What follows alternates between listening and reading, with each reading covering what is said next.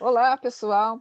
Nós estamos aqui de volta no canal O Que Rola na Geronto. Hoje nós vamos trazer de volta um convidado muito querido, que é o Jorge Félix. Jorge já esteve aqui conosco em outro momento, discutindo outras questões, e hoje nós resolvemos convidar o Jorge novamente, porque recentemente ele publicou um artigo na Folha de São Paulo que discutia uma temática fundamental para se conversar com o público idoso, que é a questão da velhice insubmissa.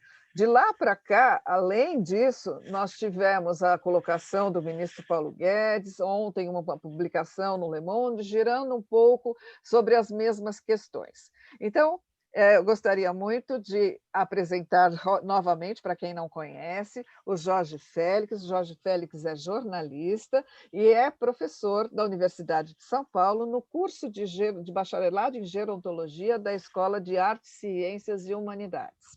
Jorge, muito obrigada pelo seu retorno aqui ao canal conosco. E eu queria que você desse primeiro um panorama geral sobre essas questões que você abordou, tanto na publicação quanto essas outras que aconteceram subsequentemente à sua publicação.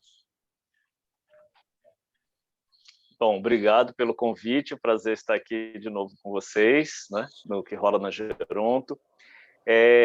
Então, esse artigo, né, ele surge de uma pesquisa que eu estou fazendo junto com a professora Gita Grindebert, né, da Unicamp, que acho que todo mundo deve conhecer. A gente está fazendo uma pesquisa sobre políticas públicas e o envelhecimento no âmbito da FAPESP, né, pela FAPESP, e nós temos, enfim, discutido muito, né, e publicado aí algumas coisas sobre também essa questão, não só, vamos dizer assim, do arcabouço de políticas públicas, né, que é o foco da nossa pesquisa, a regulamentação, as leis, o Estatuto do Idoso, a questão dos conselhos, né, e outros temas que transpassam aí esses temas, né, a questão de gênero, que é muito cara para a professora Gita, para mim também, mas ela que é especialista nesse ponto, né, e também a questão política, né, que aí é uma questão nossa, bem comum, né? Porque as pessoas até não sabem muito que a Gita ela tem uma formação principal de ciência política, né? Então, ela estudou muito populismo, enfim, tem muito essa pegada, vamos dizer assim, da parte política, né?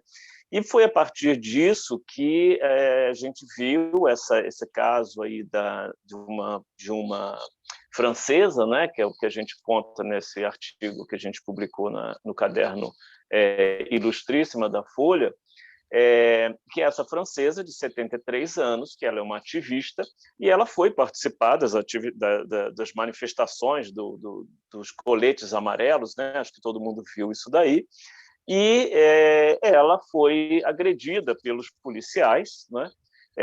Na cabeça, e derrubaram ela também com o escudo, né? O outro policial derrubou ela com o escudo, e ela teve ferimentos graves, né? Quando foram ouvir o presidente da República, né, o Emmanuel Macron, sobre esse caso da Geneviève, né, que é o nome dela, dessa senhora, ele soltou uma frase, né, que ela deveria ficar em casa, não deveria ter ido à manifestação, né, que era um lugar perigoso, né, e que ela deveria ficar em casa e ter mais sabedoria, né, ter mais sabedoria por causa da idade, né? E foi justamente essa questão da sabedoria, né, que nós tentamos destacar, né, que é sempre aquilo que é colado, não é, à figura da pessoa idosa, né? Assim, a pessoa ela tem quase que uma obrigação de ser mais sábia, de ser mais experiente, né? E a partir daí ela definir, né, todos os seus comportamentos, né, e principalmente o seu comportamento político, né? Então a gente no artigo, né, mostra também um outro ponto de vista, né, da Kathleen Woodward, né, não aqui querendo dar aula, né, para não ficar chato aqui a nossa conversa, mas só para citar que é uma outra autora aí norte-americana muito referência, né, na questão do envelhecimento, e que ela fala da raiva sábia, né? Quer dizer, aquela raiva que você precisa ter na vida para você poder reivindicar, você poder ter a sua atividade cidadã, né? Sobretudo uma atividade cidadã, eu diria até mais do que só nesse estreito conceito assim, da política, né? E que foi negado a essa senhora, né, francesa, né? E ela conseguiu, né? O bom dessa história é que ela consegue dar uma volta por cima, né? Ela é sempre uma militante política, sindical, feminista, né? Então ela dá uma resposta muito dura para o Macron, né? E aquilo vira um caso político internacional, né? Virou, se vocês, né, fizerem aí uma pesquisa na internet, vão ver que ela saiu em todos os jornais do mundo, né? E emissoras de televisão, etc. Aqui no Brasil ainda era bastante desconhecido, embora esse episódio seja de 2019, né? E aqui no Brasil ainda era muito desconhecido. Então, nós pegamos esse episódio para a gente discutir essa questão, né? Nesse momento que a gente está vivendo, de o quanto o fato da sociedade querer sempre, vamos dizer, colar na pessoa idosa esse rótulo da sabedoria, da experiência e, portanto, de um comportamento mais comedido, né? Não inibe, né, a pessoa idosa a ter uma atitude cidadã e reivindicar pelos seus direitos, né? Então, o que a gente está vendo aqui no Brasil? Primeiro começando, né, do presidente da República, que desde o início da pandemia ele colocou uma situação dada, né? Olha, vão morrer muitos idosos aí, então tudo bem, né? São só idosos que vão morrer. Inclusive, a gente pode ter um isolamento horizontal, né? Vertical, desculpa, vertical, que aí você faz por idade e as pessoas mais velhas ficam isoladas e os outros podem ficar à vontade porque não são o tal do grupo de risco, né? Essa é outra coisa que a gente pode falar aí, né? O quanto que prejudicou esse conceito do grupo de risco. E também de outras pessoas que vieram a públicos, né? A gente teve a deputada aí que veio a público falar que as pessoas podiam abrir mão do tratamento médico em nome dos mais jovens, dos netos, etc.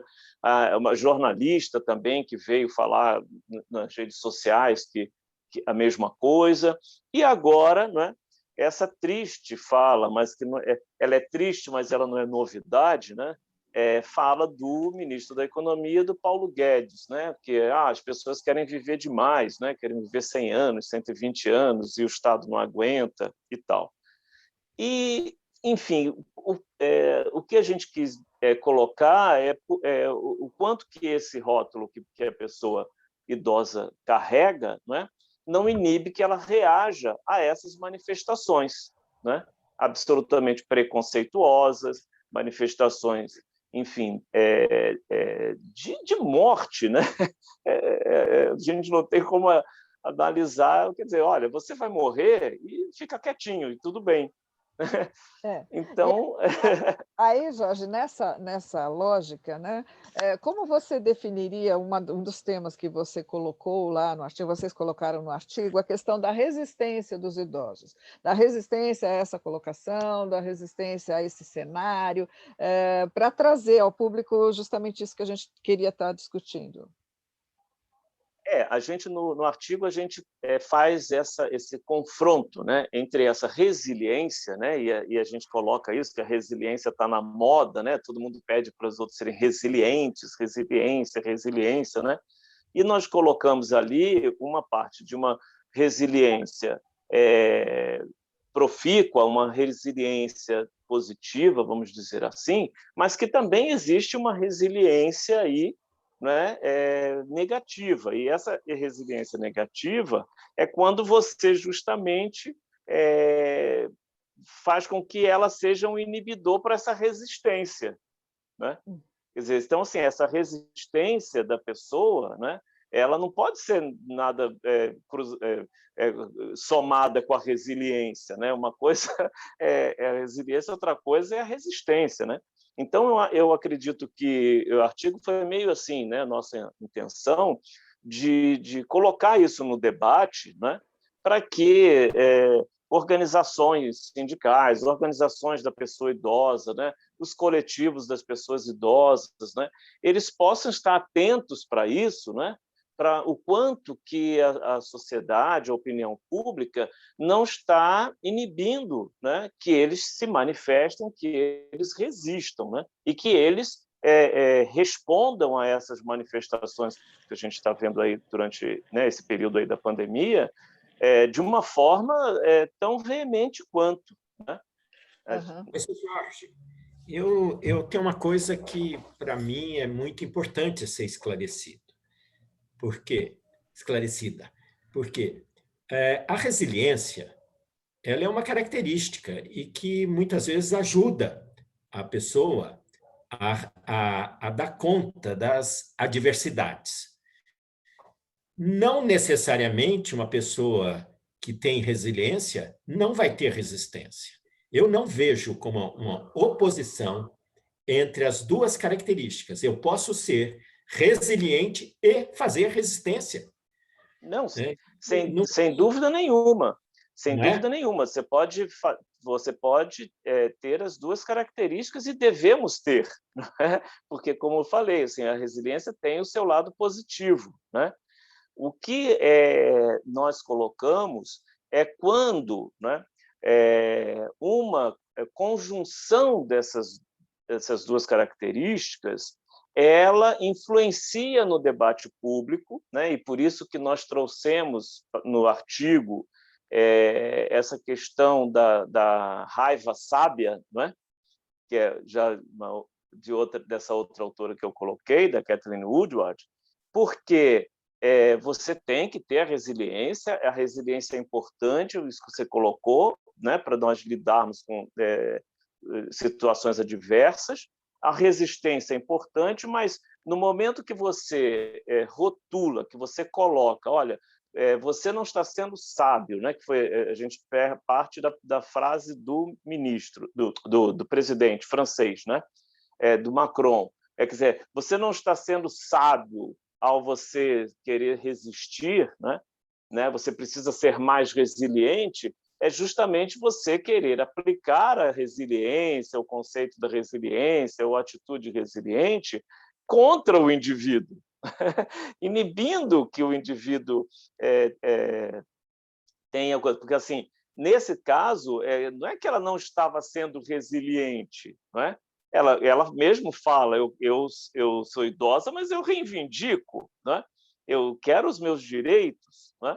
Então, eu não tenho que aceitar os meus direitos. Tanto que a carta que ela faz quando ela sai do hospital, né, é uma carta aberta, né, ao Macron, e a imprensa inteira lá acompanhou isso, ela lendo a carta ainda de cadeira de rodas, ela fala das questões dos direitos de seguridade social, né? Então, por exemplo, nessa questão dos direitos de seguridade social, do estado de bem-estar social, a pessoa não tem que ser resiliente, né? A pessoa tem que reivindicar os seus direitos, né? Ah, tá, igual agora com o Guedes, vou aceitar que eu não posso viver 100 anos, então eu queria ministro, que idade que eu preciso morrer para ajudar o senhor, né? Só falta a pessoa falar isso, né? Porque isso que seria ser resiliente nesse caso, né? Então, não é que uma coisa anule a outra. O que a gente fala assim, no debate público, na opinião pública, essas questões começam a ser embaçadas, assim, ou começa a ser uma característica que tenta anular a outra. Ô Jorge, desculpe, mas posso até Pode. para... É muito interessante o que você está falando, mas eu acho que as pessoas têm de entender bem esses conceitos, né? Na verdade, o Macron fez uma falácia, né? Ele dizer que a sabedoria deixa você em casa fazendo tricô e não reivindicando. Quer dizer, isso é falácia, isso não é sabedoria coisa nenhuma. Comodismo. Isso é idiotice. É idiotice. idiotice, né? Agora, então, por outro lado, eles tentarem fazer com que a pessoa ache que ser resiliente é não querer reivindicar, isso é outra falácia. Isso é para gado, tá certo? Para tangir o gado, para deixar o gado bem cordato para não reivindicar. Isso é bobagem. Nós temos de ser combativos, exigir, inclusive, essa fala desse ministro, dizer para ele que ele está errado, ele tem 71 anos, tá certo? E ele também, então, está nessa coisa de estar atrapalhando a Previdência, não é? Tá E a faltando o gente espelhinho lá, né? tem que ter sabedoria, sabedoria. E, além de tudo, eu vou ser resiliente, porque eu não vou me deixar abater por essas falas predatórias desse povo. Mas sabe que eu queria comentar, pensando na história da francesa, da Geneviève, e o movimento que se chama Velhas, mas não submissas, porque, para mim, isso já marca uma posição. E ela foi muito oportuna, e ela é exatamente isso, ela não se submeteu àquela situação dada, inclusive quando falou, é melhor ficar em casa fazendo tricô, ela fez a bandeira da França de tricô, com tricô, e levou para provocar, né? Aí, assim, é um movimento na França, ela teve essa expressão nacional, mas eu queria, Jorge, pensar um pouco com você nos idosos brasileiros, olhando para o nosso cenário, né? Olhando assim, eu faço parte do Conselho Estadual do Idoso, sou apoiadora do Conselho Municipal, trabalhamos com pessoas idosas. Hoje a gente tem investido muito nesse conceito de coletivo, fazemos parte dessa resistência que parte dos idosos tem em relação ao que aconteceu na cidade de São Paulo, quando o prefeito Bruno Covas e a Câmara Municipal tiraram o direito de transporte coletivo gratuito de 60 a 64 anos, deu um movimento. Mas eu queria conversar com você se você vê resistência ou insubmissão no cenário dos idosos brasileiros, se não há, se ele é expressivo. E eu só lembrando, o Sérgio já se pronunciou agora em relação à fala do ministro, que todos nós discordamos em vários sentidos. Mas é muito difícil a gente ver o movimento, o segmento, mais o segmento, não o movimento, né? Que o movimento nós temos. Eu queria essa avaliação sua, se a velhice brasileira é submissa, ou ela é insubmissa, e que medida que nós precisamos avançar para fazer acontecer e não aceitar esse cenário muito lamentável no qual nós vivemos. Então, Marília, eu acho assim que, primeiro, vou começar falando chamando atenção para uma coisa que eu acho em política muito importante, né? Eu tenho a minha vida de jornalista toda na política, né? Desde os 18 anos eu sou repórter de política de grande imprensa, né?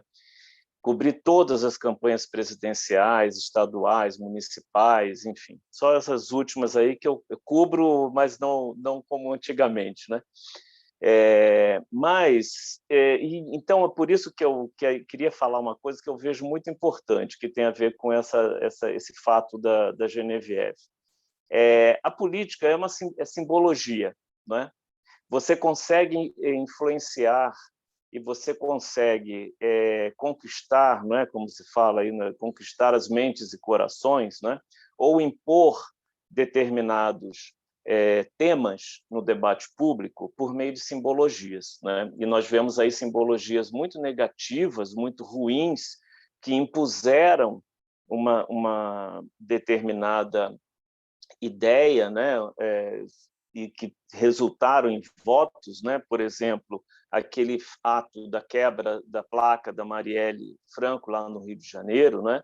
E que aquelas 3 pessoas que foram lá quebrar aquela placa, elas captaram o sentimento do eleitor e foram eleitas, né? Os 3 que, né? Hoje um está na prisão, o outro está sem cargo, etc. Todos eram corruptos, aquela coisa toda. Mas eu quero chamar a atenção para isso, né? Para essa coisa da simbologia também negativa.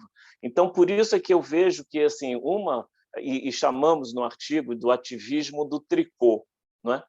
Quer dizer, a atitude da Geneviève de tricotar uma bandeira igual a que ela levava, que estava escrito paz, né? E um coletezinho, ela também tricotou um coletezinho amarelo, né? E ela colocou num saquinho esses dois tricôs e mandou para o Macron, né?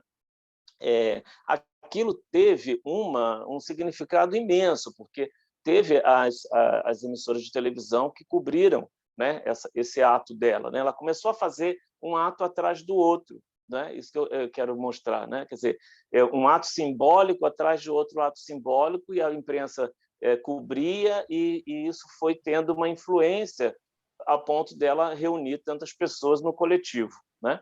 Que o coletivo é velhas e não submissas, ou velhas e não comportadas, não é? Ou, enfim, nesse sentido de que você quebra regras, né, que querem te impor, né? E o outro ativismo, e aí a gente chamou no artigo de ativismo do tricô, e tínhamos citado, depois tivemos que, né, cortar por causa do espaço, mas o outro muito simbólico que eu chamo a atenção, lembro aqui a vocês, é o Bernie Sanders, né? Quando ele vai à posse do Biden, vestindo aquelas luvas de tricô, né?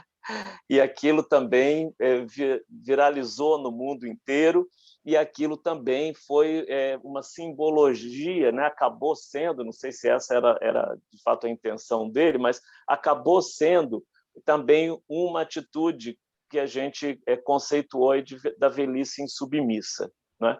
Então, agora, a outra parte, Maria, da sua pergunta, assim, eu vejo que a gente teria, né, tem que refletir muito sobre isso, porque vocês sabem muito bem, todos vocês sabem muito bem, que nós tivemos um momento muito profícuo do ativismo em defesa dos direitos da pessoa idosa, lá atrás, não é? Na Constituinte, e que originou aí a Associação dos Aposentados, originou uma luta, uma pressão que, né, resultou em toda uma legislação, o Estatuto do Idoso, e vários coletivos, né, que naquela época não tinha muito esse nome, né, não se dava muito esse nome de coletivos, né, mas aqueles eram coletivos, né? E que isso foi muito importante aí na defesa tanto do estado de bem-estar social como nos direitos, né, da pessoa idosa. E de lá para cá nós tivemos aí uma certa, aí sim, assim, uma certa acomodação ou uma certa resiliência, se a gente quiser chamar, né? Uma resiliência aí nesse sentido dela ser contrária a uma resistência, né? Porque a gente viu sucessivas reformas da Previdência, né? E que tiveram muito pouca reação, né? Por parte de todas as pessoas, né? Uma porque a gente sabe que os mais jovens, a sociedade brasileira tem essa visão de que nunca vai envelhecer. Então, quando você fala de idoso, nunca é com ela, né? Então, nós não tivemos uma reação à altura do que foi a reação na França, no Chile, na Argentina, em relação às reformas de previdência que ocorreram nesses países, né? Não tivemos também no caso da reforma trabalhista, né, que diz muito respeito à pessoa idosa, né, de relações de trabalho que ela possa ter ou possa não ter mais, né, que foi o que aconteceu com essa reforma trabalhista. Então, e agora nós estamos assistindo o quê? Nós estamos assistindo o presidente Bolsonaro desconstruir, né? Por isso que no meu livro eu chamo esse período que a gente vive hoje de capitalismo de desconstrução, né? Ele desconstruir toda uma estrutura, né, que nós tínhamos no Estado, né, de defesa dos direitos da pessoa idosa, né? Então, o que é isso? Aconteceu o que aconteceu com o Conselho Nacional da Pessoa Idosa, né, que você tirou completamente a representação paritária da sociedade civil e do governo, né? Então, esse fórum ele perdeu completamente a sua relevância, né, nessa defesa de direitos. Nós não tivemos, né, a realização da Conferência Nacional da Pessoa Idosa, isso passou em branco, né? Sabemos que o presidente atual, o secretário atual dos direitos da pessoa idosa não teve competência para realizar essa conferência, né? E nem teve recursos, né?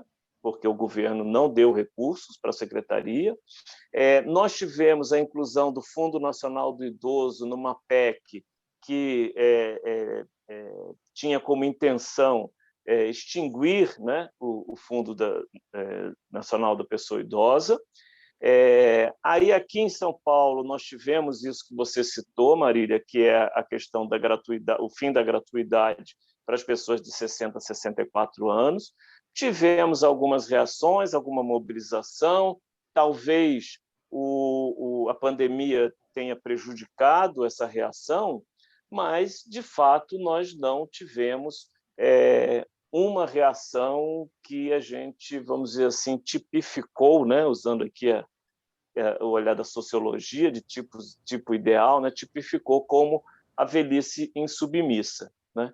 Então, eu vejo que eu quero, em resumo, dizer que dos anos 80 para cá, eu acho que nós perdemos muito, né? Eu acho que a sociedade passou a interpretar, talvez, esses direitos da pessoa idosa como uma situação dada, uma situação que não iria modificar, uma situação que sei lá, que já tivesse tudo garantido, né? Talvez, né? Ou achou sempre que ela não fazia parte dessa perda de direitos que a gente assistiu aí nesses anos todos, e principalmente agora nesses anos recentes. Mas tem futuro, Jorge? Eu acho que a gente tem que construir esse futuro, né? Nós temos que... a luta não para, né? Então, assim, por exemplo, esse artigo que a gente tinha intenção era justamente sensibilizar, né? Não gosto nem de ser tão pretensioso assim, mas assim de sensibilizar, chamar a atenção, acho que é a nossa função, né? Da gente que está na academia, estamos fazendo pesquisa e tal.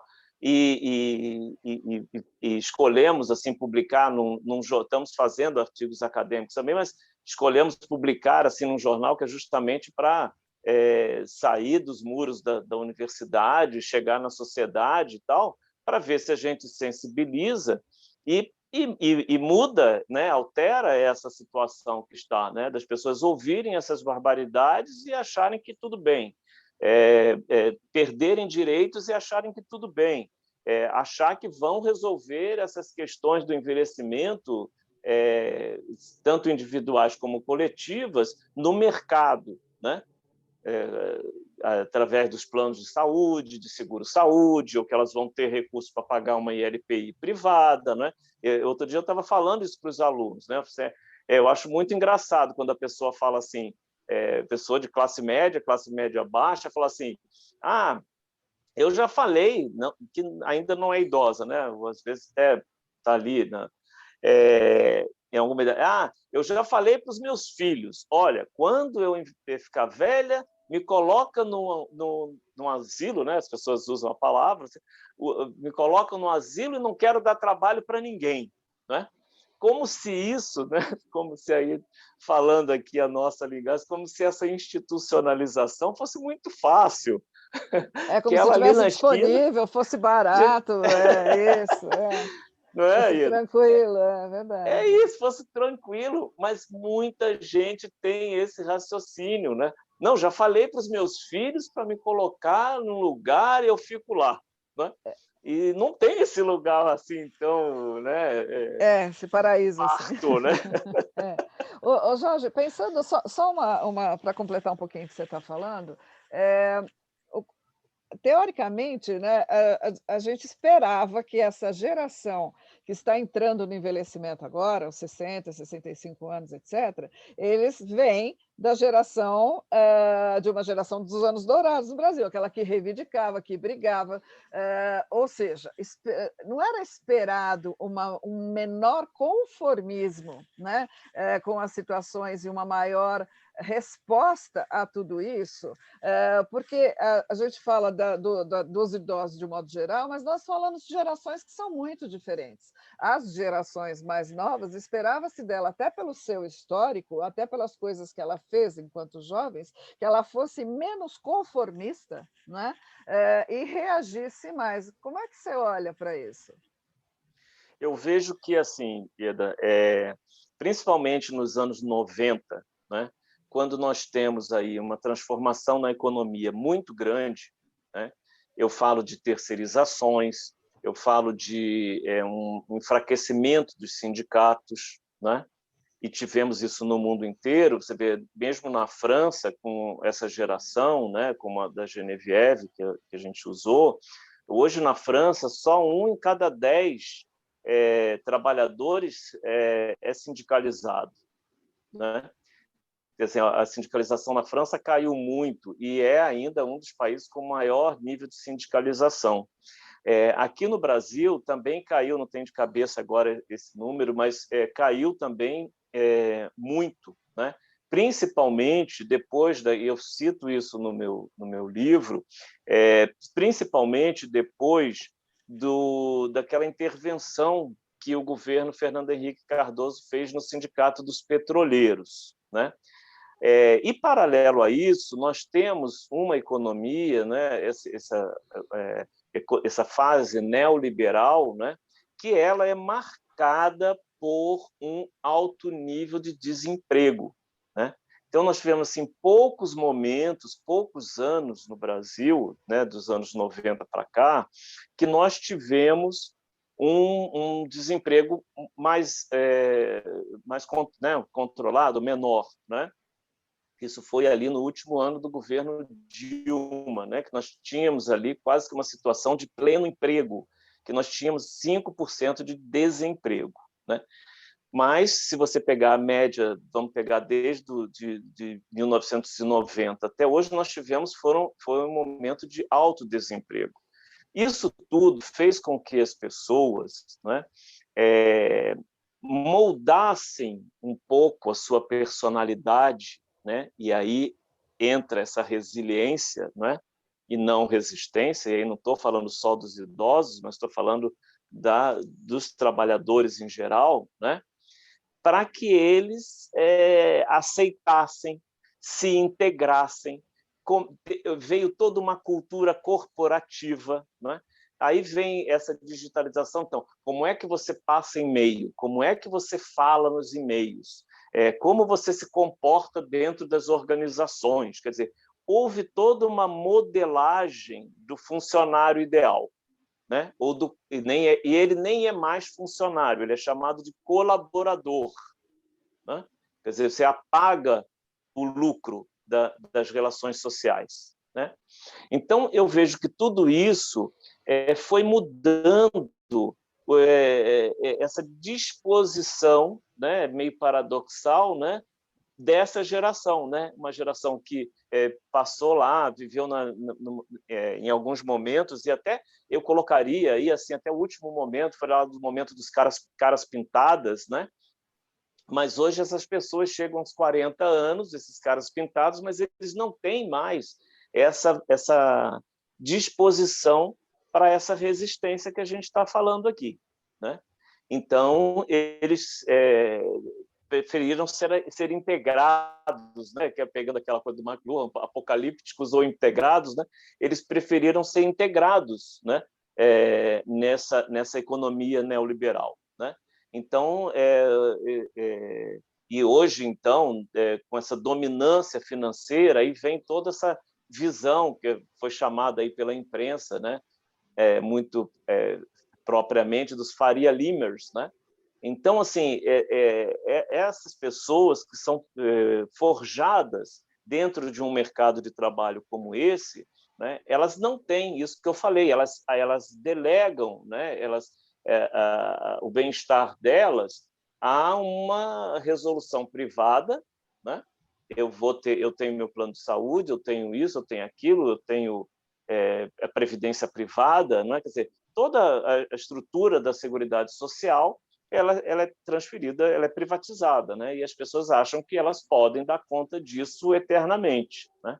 Quando elas chegam numa fase mais velha, nem digo ainda entrando na fase normativa como idoso de 60 anos, mas quando elas chegam no tal do trabalhador maduro, né, aí elas veem que o mercado de trabalho as expulsou e que, por mais que elas tenham conseguido acumular poupança, né, a perspectiva que ela vai ter ali, né, nos próximos anos, tem um grande risco dessa poupança não dar conta, né?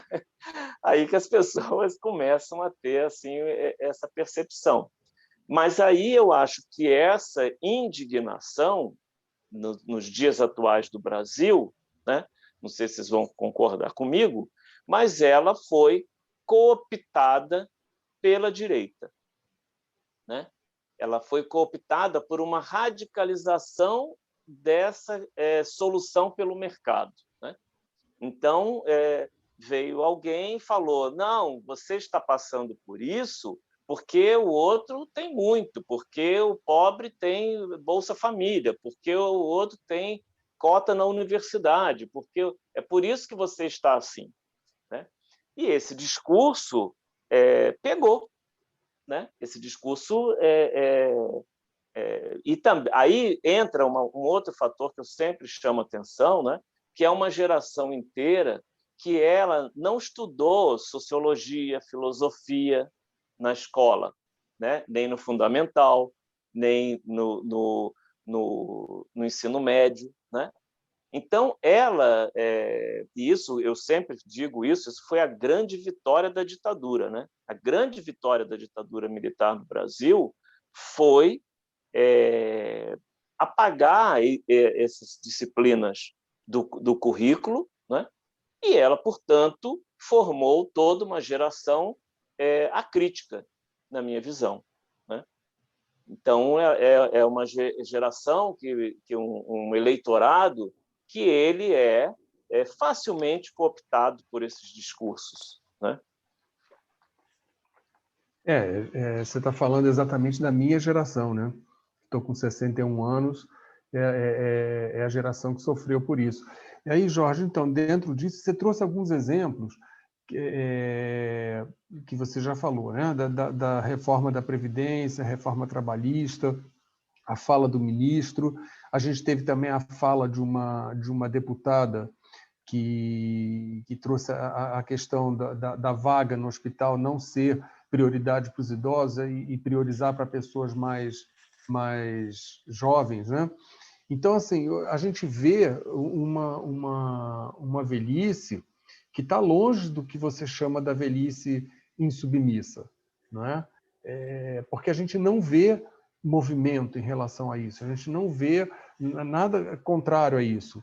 E aí a minha pergunta para você é a seguinte: o que a gente pode fazer, que expectativa a gente tem em relação a isso? Dá para mudar isso de alguma forma? Que a gente está vendo essa geração que você traz, né?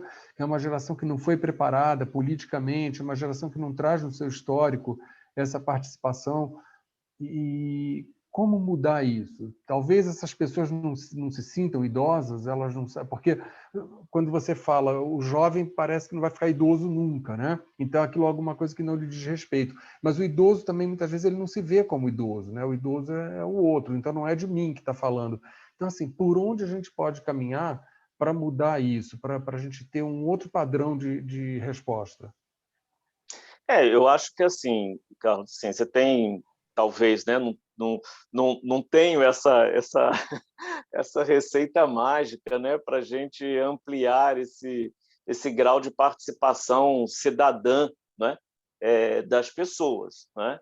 e principalmente para nós, nesse momento tão difícil, eu acho que isso é uma grande dificuldade, de nós voltarmos a ter uma visão de sociedade, de coletivo, né? Isso tudo foi desconstruído, é isso que eu uso no meu livro, essa questão da desconstrução. Isso tudo passou por uma desconstrução muito acentuada historicamente e durante muitos anos, né? Durante décadas, né? Eu estou falando assim, desde a Margaret Thatcher. Você pega um discurso da Margaret Thatcher que passou a ser icônico do pensamento dela e, portanto, do pensamento neoliberal, quando ela fala no parlamento, isso está aí na internet, uma das frases mais famosas dela, quer dizer, não existe essa coisa de sociedade, o que existe são os indivíduos e suas famílias, né? Quer dizer, essa frase ela é basilar do neoliberalismo, essa frase é basilar do que foi essa economia e ainda durante esse período todo, né? Então, você vê o quão é difícil, mesmo numa crise sanitária, para um governo criar um auxílio emergencial, para criar um programa de transferência direta de renda. A gente viu que foi difícil lá atrás para criar o Bolsa Família, porque as pessoas diziam que as pessoas que recebessem iriam ficar vagabundas, né? Quer dizer, é um argumento que está na riqueza das nações do século XVIII, que está no Stuart Mill lá também, sabe, lá atrás. Quer dizer, é um pensamento de aristocrático, né? Então, eu vejo que você tem hoje o que está ao nosso alcance, né? Principalmente nesses tempos de pandemia, né? É falar, falar, falar, escrever, escrever, escrever, né? Eu falo sempre isso. Nós estamos aqui a partir de uma coisa que nós discutimos solitariamente, né? Eu e a Guita e tal, e decidimos escrever, e decidimos mandar para publicação e que vai tendo essa sensibilização, chamando atenção para as pessoas. Agora nós estamos aqui gravando esse vídeo que muitas pessoas vão ver, vão poder refletir, né? Eu acho que assim, que o que nós podemos fazer de ativismo nesses dias é justamente propagar essas ideias, chamar a atenção das pessoas para isso, né? Agora, acho também que há uma tarefa aí para os sindicatos, para as associações, para organizações não governamentais, né? Para o legislativo, né? Ou determinados partidos políticos, né? Que é um espaço que não está sendo preenchido, né? Mesmo um espaço minimamente de debate em relação à frase do Paulo Guedes, né? Ou a frase da deputada Janaína Pascoal, né? E da jornalista Bárbara Gância, né? Não tiveram a reação que mereceriam ter, né? Principalmente por parte do Ministério Público da Pessoa Idosa. Então, é como se nós não estivéssemos regidos por uma Constituição e por uma lei federal, que é o Estatuto do Idoso, que determina que essas frases são crime, né? E que deveriam ter sido, essas pessoas todas, acionadas imediatamente, né? E, assim, não querendo ser cabotino, mas nós, eu e a Guita, também publicamos aquele primeiro artigo lá atrás, no início da pandemia, dos dilemas éticos, já chamando atenção para isso, que nós estávamos caminhando para isso, para uma normalização de que o idoso ia morrer e tudo bem, e por recursos escassos, né? Ali da saúde. Então, eu acho que essas organizações da sociedade civil elas precisam ser mais ativas em relação a isso, né? A mobilização, elas podem mobilizar. Acho que, por parte da academia, é esse o nosso papel de chamar atenção e propagar. Nessa função de comunicadores, né? Que somos todos agora comunicadores nas redes sociais, nos canais como esse do que rola na Geronto, etc., temos que discutir, quer dizer, trazer essas questões à tona. Eu acho que assim a gente vai, talvez, preenchendo um pouquinho, né, isso que eu falei, essa carência da formação cívica, né, da formação cidadã que os currículos escolares e que a grande maioria de escolas perdeu, né? Ô Jorge, muito obrigado, muito bom, mas eu só queria enfatizar uma coisa que para mim é muito importante, porque eu sinto que o brasileiro, e aí o idoso brasileiro foi incorporando isso ao longo da sua vida, é muito conformista, tá certo? Ele o governo, eu não posso, sabe? É diferente um pouco dos outros latinos que vão e brigam, e como os argentinos, Argentino. por exemplo, os uruguaios, né? E outros aí, tá certo? O brasileiro é mais conformista. Não sinto isso como isto seja resiliência, de jeito nenhum, porque resiliência é outra coisa, não é conformismo, tá certo? E os governantes tentam usar nessas argumentações, como Macron fez e como outros fazem por aqui, fazendo com que os idosos, né, sejam submissos, como se isso fosse uma característica boa. Isso é de resiliência. Mentira, falácia. Né? Isso que tem que ficar muito claro.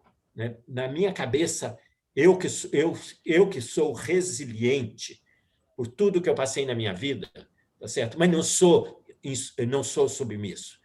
E eu acho que essa característica não pode ser imputada a nós. Os governantes querem que a gente seja submisso, mas nós vamos ser, além de resilientes, nós vamos ser resistentes. Vamos brigar pelos nossos direitos. É isso que nós temos que fazer. E nunca ser conformado. Isso é um horror. Desculpa meu desabafo. Não, ótimo, ótimo, Sérgio. E só assim, para assim, acrescentar, né?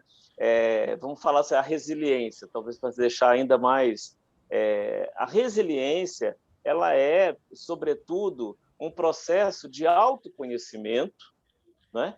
E de identidade, no sentido, assim, vou usar essa palavra identidade, mas, assim, não estou aqui na aula de sociologia, posso usar essas palavras sem ter muito apego pela definição sociológica. Mas é uma questão de identidade, né? Assim, de onde você vive, de onde da sua família, da sua existência, né? Enfim, de uma coisa mais completa. Que eu quero dizer assim, a resiliência ela surge a partir do momento que você tem um autoconhecimento, né, de você mesmo e da sua situação, né?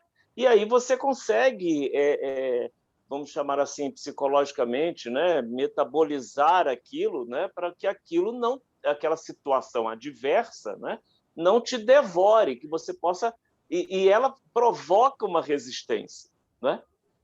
A psicologia mostra isso, ela provoca uma resistência, a resiliência, né? Quando ela... Né, agora, ela não é, né, e é isso que a gente quis chamar a atenção, é quando você quer usar resiliência para você colocar a resiliência como um sinônimo de comportadinho, né?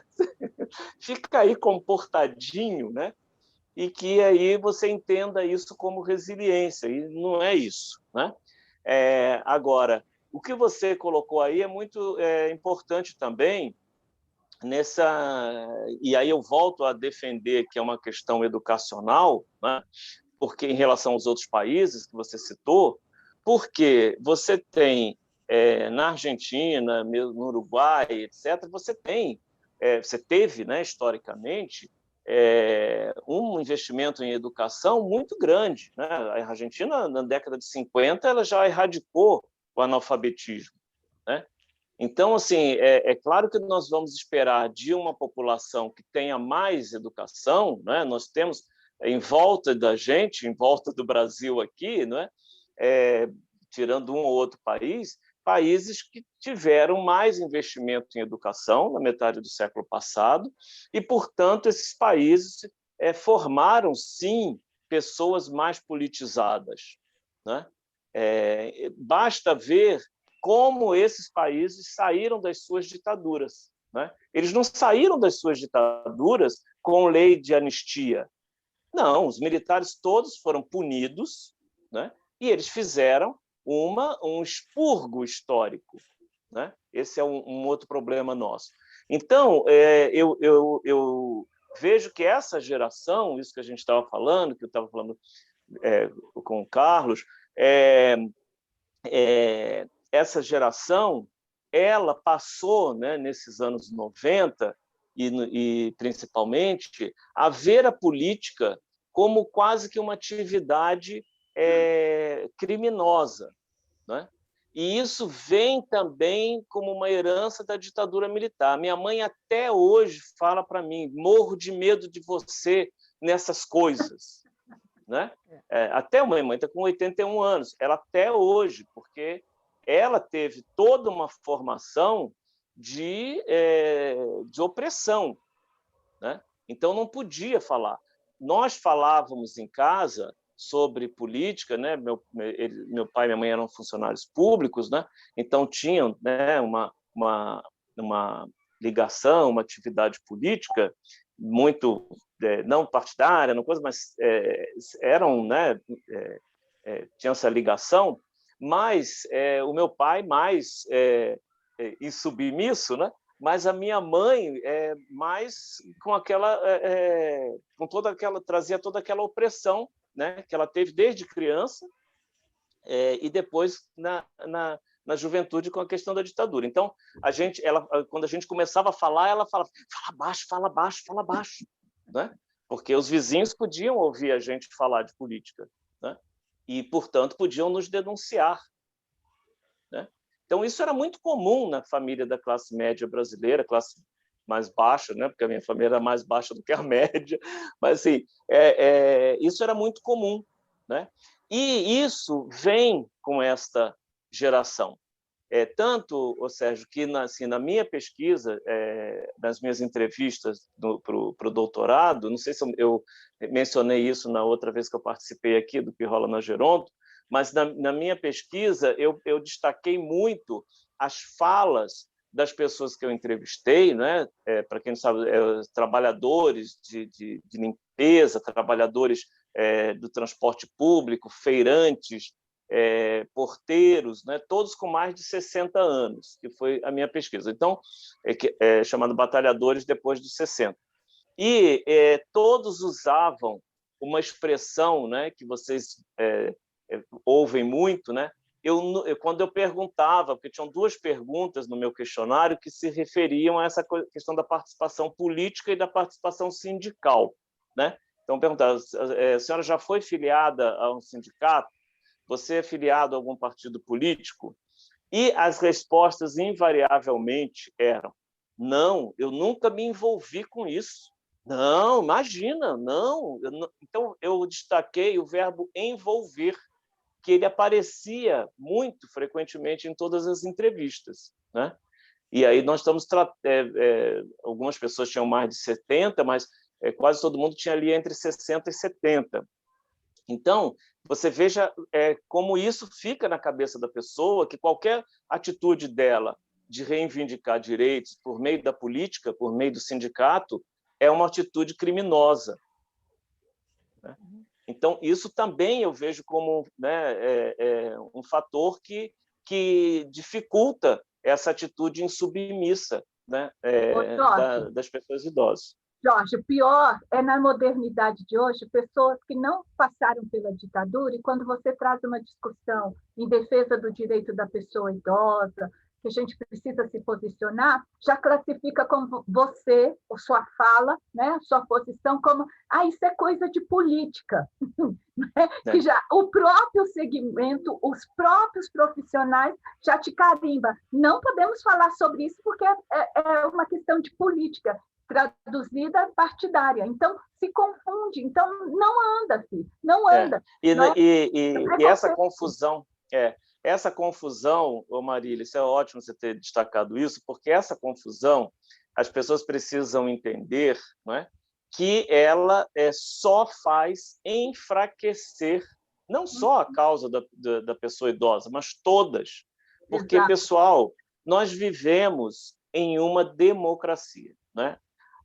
As pessoas até, alguns me perguntam, né, e hoje aí está super na moda de você questionar a democracia. Ok, qual é o outro sistema de governo que tenha dado certo, né? Então, nós temos a democracia. A democracia se faz principalmente com partidos políticos. Uhum. Então, muita, né, carência de um conhecimento de ciência política, as pessoas que colocam assim, qualquer coisa que você fale, mas isso é política. Né? Então, você não pode nomear pessoas, você não pode nomear políticos, e as pessoas acreditam que farão alguma coisa, principalmente no Brasil, sem interferência de partidos políticos. Pessoal, isso não existe. No Brasil, o partido político ele virou uma empresa. Ele dominou o Estado, ele dominou, portanto, a sua vida, ele dominou o café que você toma de manhã, o almoço que você toma, tudo na sua vida está dominado por partidos políticos.